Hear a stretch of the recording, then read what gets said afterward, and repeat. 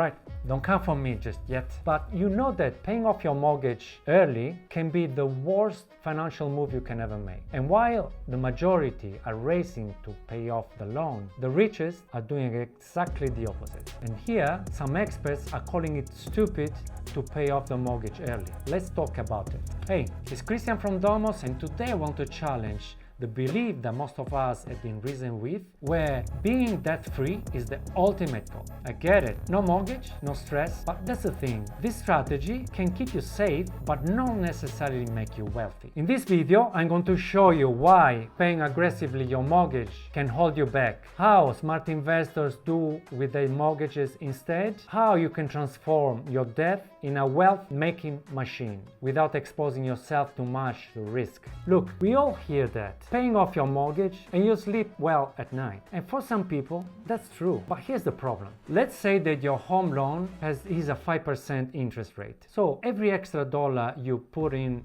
the repayment is earning you 5%. That's not bad. But what if you could earn 8, 10, 12%? And that's what the wealthy people do. They don't see that as a threat, but they see it as a tool. Okay, real numbers. You got $100,000 and you put it towards the repayment of the mortgage. You're saving 5% interest. That equals to $5,000 in 1 year. Or you can put this $100,000 to purchase an investment property. You purchase the investment property with informed decisions, obviously. This investment property is giving you 5.6% in rental yield, and it has a 8% capital growth. This equals in 1 year $13,600, which is nearly 3 times more than what it would have given you putting this $100,000 on the repaying your existing mortgage. I know this sounds counterintuitive, but this is what savvy investors and wealthy families do. They don't rush to pay off cheap debt, but they use offset accounts to reduce interest. They withdraw facilities to have access to funds, and they do debt recycling. So they turn bad debt into a good tax-deductible investment debt.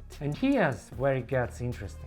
Did you hear about that pub baron that just lost his mom's $8 million mansion in Ross Bay to the banks? It's crazy, but that's one extreme side of mortgage risk. But on the other end, did you hear that 26 years old that has been paying mortgage for 2 years, and in 2 years she managed to reduce her mortgage of only $3,000. She called it scam because she has reduced only $3,000 and all the repayment went to interest. And then you've got guys like Jack Henderson, a young investor with 40 plus properties, that is standing up and saying paying off your mortgage early is dumb. So clearly there is another way. Now let's focus on the real suburb, Lakemba, a suburb of Sydney in the Canterbury Bankstown area. In Lakemba, you can still buy a unit for $450,000. Yields up to 5.6%. Growth, crazy. In the last year alone, it went up 22%.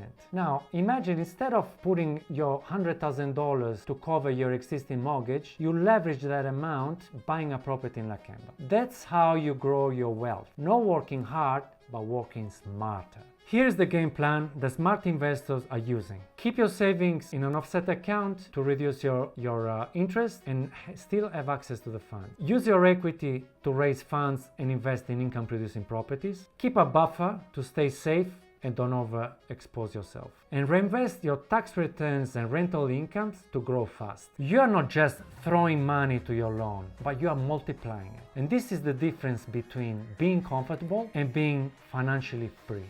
So, this is what I want you to remember. The goal is not just to be debt-free. The goal is to be financially independent. And in many cases, this means using the debt in a smart way, not running away from it. If this got you thinking, feel free to leave a comment below. And if you want to apply this strategy to your suburb or your number, feel free to reach out and I will help you with it. And in the next video, we're going to talk about the rental crisis. Is it good to buy now, or is it smarter to wait? Either way, make sure to subscribe so you won't miss it. And as always, keep rising.